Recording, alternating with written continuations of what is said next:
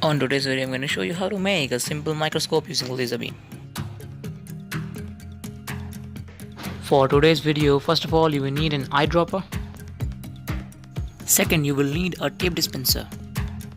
And the last but not the least, you will need a laser. Now next, fill water inside the eyedropper and cap it tightly. Now take a plain A4 size sheet and attach it with the exam pad using cello tape. Now next, tape the mouth of the laser to avoid contact with water.